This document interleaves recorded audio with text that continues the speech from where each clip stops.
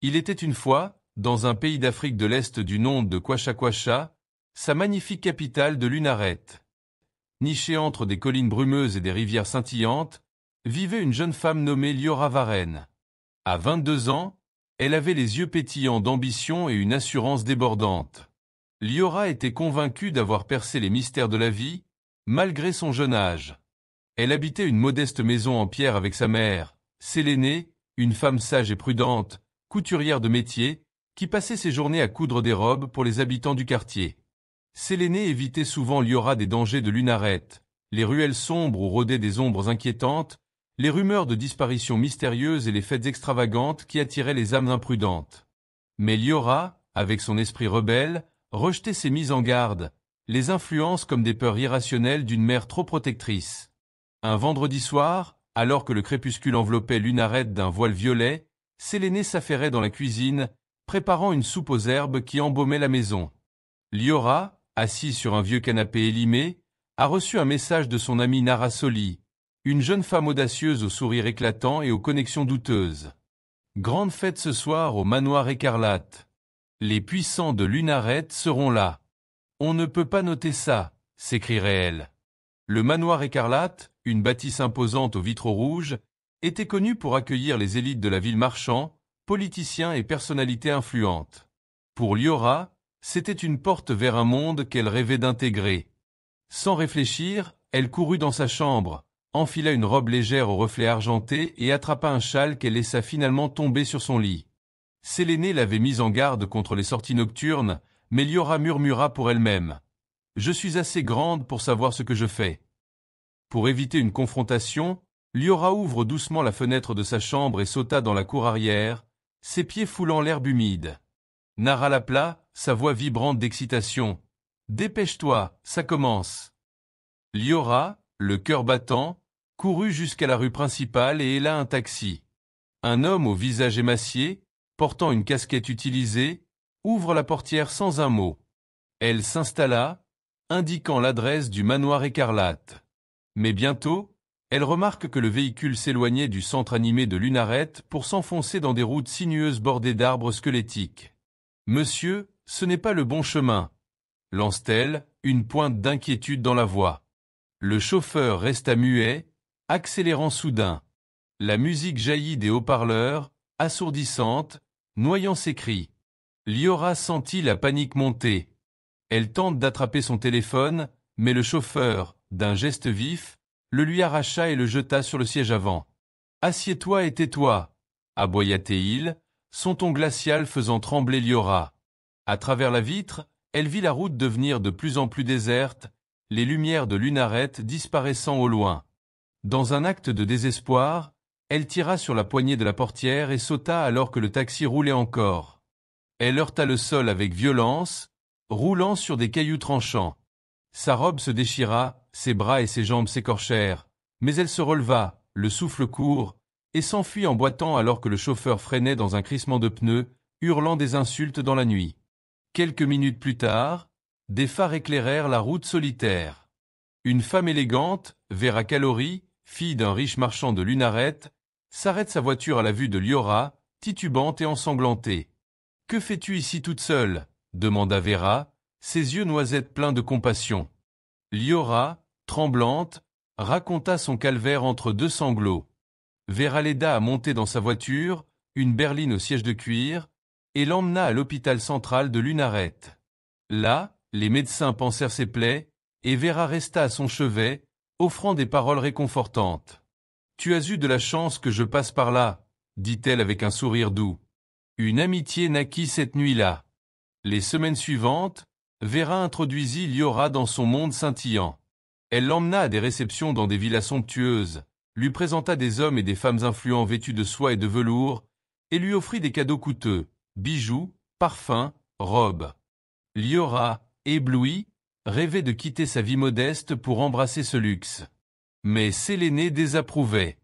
Un soir, alors que Liora nouait une écharpe de soie autour de son cou pour une nouvelle sortie, Sélénée murmura « Je n'aime pas cette Vera. Elle cache quelque chose. Reste loin d'elle. » Liora éclata de rire. « Maman, tu es jalouse parce qu'on n'a jamais eu tout ça. Vera est ma chance de devenir quelqu'un. Tu devrais être reconnaissante. Séléné, les larmes aux yeux, se tut et se tourna vers la fenêtre, priant pour que sa fille ouvre les yeux. Un après-midi, Vera invite Liora dans sa demeure, une résidence majestueuse aux murs ornés de fresques et au plafond constellé de lustres. Dans sa chambre, Liora découvre une collection de perruques luxueuses alignées sur des étagères de verre. « Et c'est celle-ci », dit Vera en lui tendant une perruque aux mèches dorées, douce comme de la soie. Liora la pose sur sa tête, se regardant dans un miroir encadré d'or. Elle se sent transformée, belle, puissante. « Elle est à toi », déclare Vera.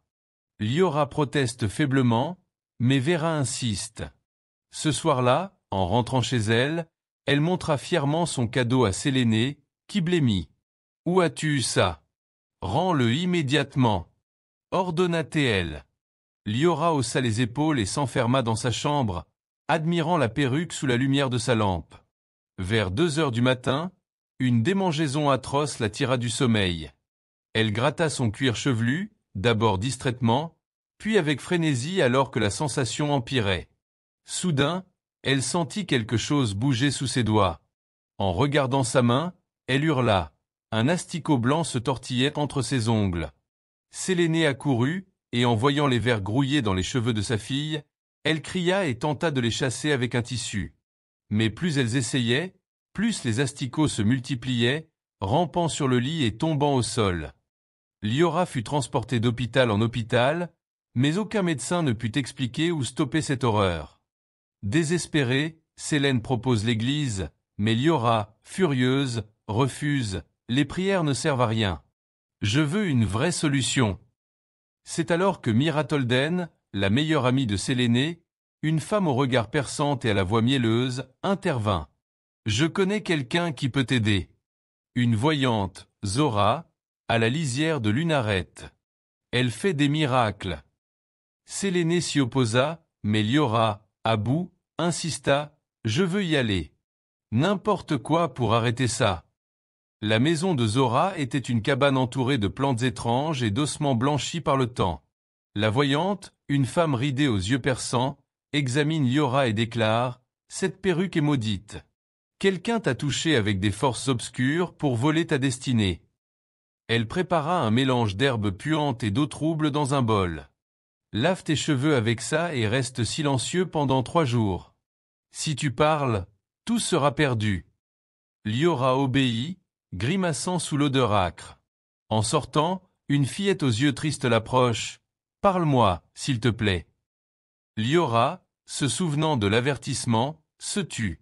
Mira chassa l'enfant avec colère. « Va-t'en, petite peste !» De retour chez elle, Liora s'enferma dans sa chambre, refusant de parler, même à Séléné qui frappait à sa porte. Cette nuit-là, elle rêvait d'une femme masquée la poursuivant avec un couteau.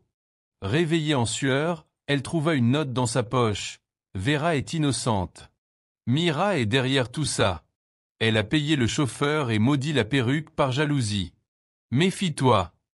Liora comprit que la fillette avait glissé ce message. Mira, qu'elle avait crue bienveillante, était son ennemie.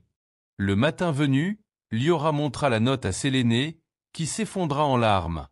Elle avoua avoir rêvé d'une entité maléfique émettant une perruque sur la tête de sa fille, ce qui l'avait poussée à suspecter Vera. Ensemble, elles se rendent à l'église de Lunaret. Le pasteur pria, et les vers disparurent de Liora. Au même instant, chez elle, Mira lance, en voyant des asticots jaillir de son propre crâne, un châtiment pour son mal. Liora apprit que Vera était partie à l'étranger. Elle se rapproche de Séléné, abandonne ses rêves de grandeur et trouve la paix dans une vie simple. À Lunaret, son histoire est devenue une fable sur l'écoute, la prudence et les dangers des apparences. La morale de l'histoire nous enseigne que l'écoute, la prudence et l'humilité sont des vertus essentielles, surtout pour les jeunes filles africaines confrontées aux défis modernes. Trop souvent, comme Liora, elles peuvent être attirées par les promesses d'une meilleure vie par exemple. Une adolescente qui abandonne l'école pour suivre un inconnu lui promettant un travail en ville, seulement pour se retrouver piégée dans l'exploitation. Ou encore, une jeune fille qui ignore les conseils de sa famille et se laisse séduire par les réseaux sociaux, où des amis virtuels lui offrent des cadeaux et des attentions, mais cachent des intentions sombres. Ces réalités montrent que la précipitation vers l'indépendance ou le luxe peut ouvrir la porte à des dangers, trafic humain, abus ou perte d'identité. L'histoire nous rappelle aussi que les parents, comme Séléné, parlent souvent par amour, même si leurs mots semblent durs. En Afrique, où la communauté est une force, rejeter ce soutien peut nous isoler. Ainsi, discernons les voix qui nous environnent, cherchons la sagesse dans nos racines, et résistons à la tentation de tout sacrifier pour des mirages.